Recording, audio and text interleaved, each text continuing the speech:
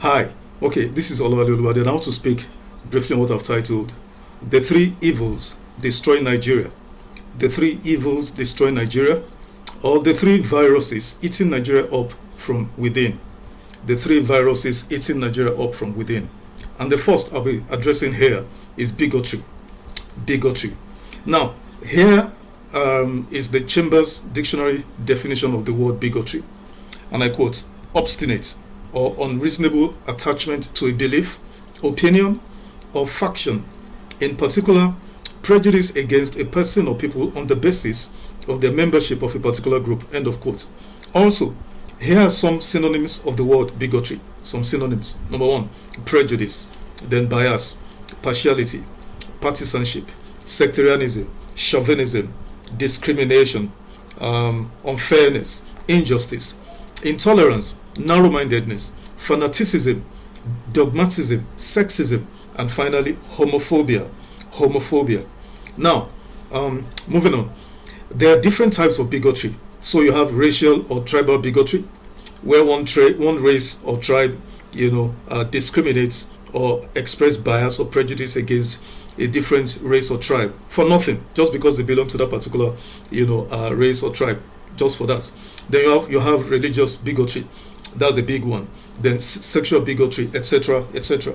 Now, I believe it was the great German philosopher Karl Marx who famously stated, and I quote, religion is the opium of the people.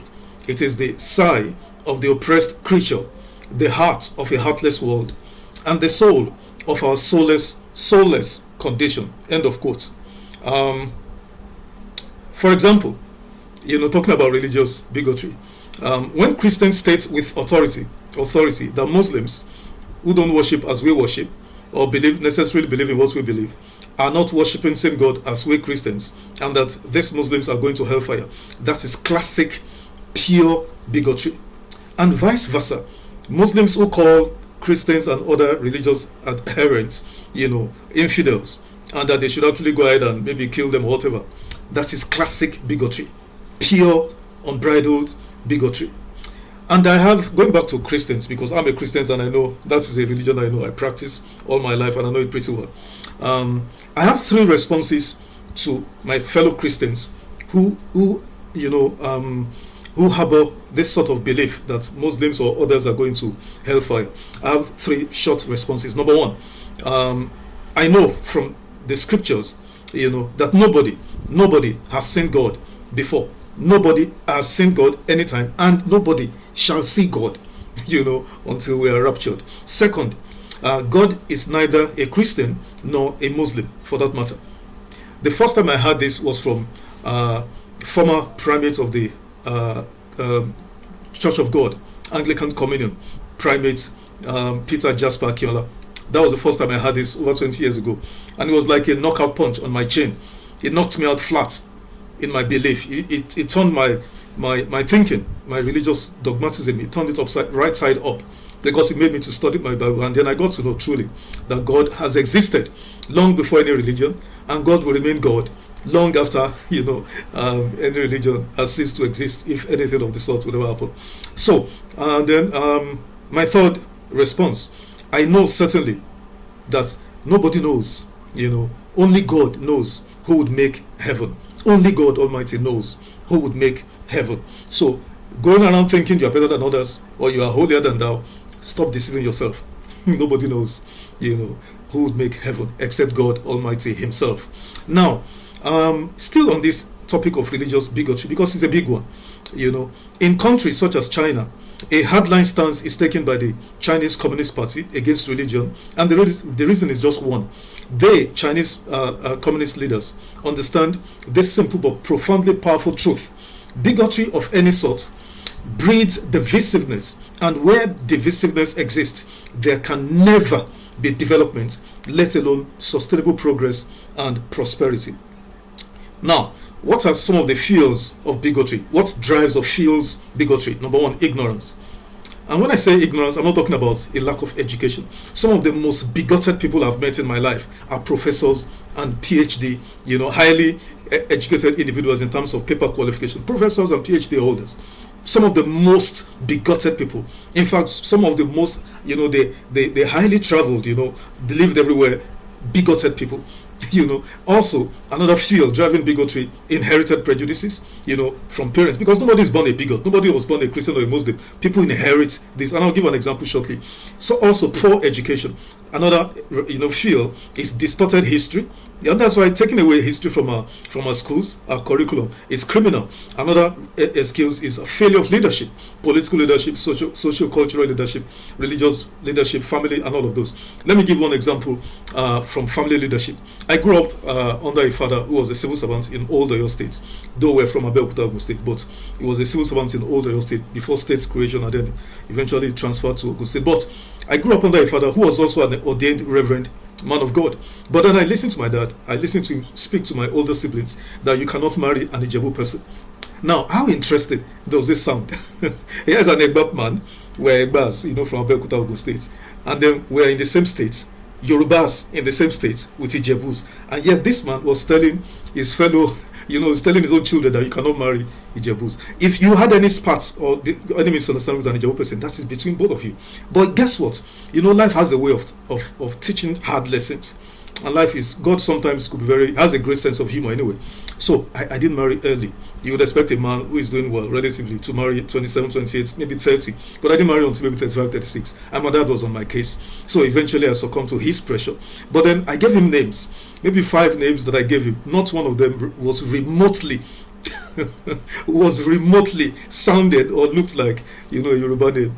Eventually, he and my dad and I settled on an Igbo woman to marry. And he followed me, carried himself and followed me. I went to Ibadan, picked him up, flew all the way to Onisha to go and marry an Igbo woman. What a great irony. God teaches lessons in hard ways. Now, going further from that, when you have leaders in society who reinforce prejudices for their selfish and personal purposes, that is evil, that is sinister. What are some of the national impacts of bigotry? Bigotry influences, impacts, and determines almost every facet of our corporate life as a country. It is a strategic issue responsible for where we are today. For instance, people vote for bad and criminal leaders, defend this vociferously, and insult others who express contrary opinions about these leaders merely because of bigotry. As a journalist now, I practice as a journalist now. If I ask simple questions about a particular politician of a different extraction from mine, to ask that, what about your plans? What is the how? How do you intend to achieve this, great stuff you're talking about? The sort of vicious attacks at me in the comment sections are simply, utterly mind-blowing. Not that I abused anybody, just ask simple questions, as my duty is as a journalist, to bring people, because we do not want to have the same mistakes of the past, where people sleepwalk into high office, people cajole and deceive the majority of the people into high office, and they get there and do nothing and waste years. But then people come at you and accuse you of what they are, and accuse you of being what they are. Now, going further, I know many Yorubas who defend President Bola Ahmed Tinubu, but are the worst hit by his government's policies and decisions. And this was exactly the operating manual with now late President Muhammadu Buhari. But guess what? History and fate or destiny, teaches very harsh lessons to those who do not listen or learn. Katsina indigents, where Muhammadu Buhari hails from, who currently live under the siege of bandits, cannot call the same Buhari to save them. Likewise, many former and serving governors have looted their states to stupor. Yet, because of ethnic bigotry, the victims of these high crimes, in their millions, continue to worship at the altars of these former and current governors. I mean, for instance, thousands of Delta State indigents, trooped out in their thousands to give James Ononofe Ibori a hero's welcome after serving time for theft in a UK prison. How crazy does that sound? So, and now, let me clarify something to my father. My father was a great man. I would choose my father all over again if I had to do it all over again. He was a great man. But he has his own flaws, just like everybody else. I have my own, bigotry. For instance, I do not know how long it will take me to come around to believing that same-sex practitioners, those who believe in homosexuals or LGBTQ people. I don't know whether it take 1,000 years for me to believe in that. I don't know if I will ever turn around to believe in that.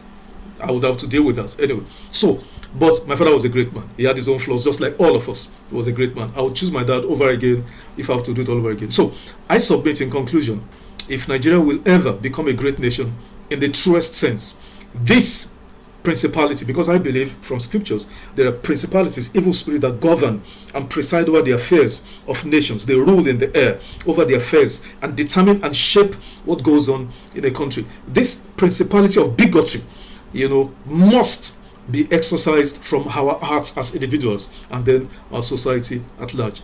Thank you for listening, and bye for now. I want you to respond to this. If you believe or have contrary opinions or questions, let's have a debate on this. Thank you for listening, and bye for now.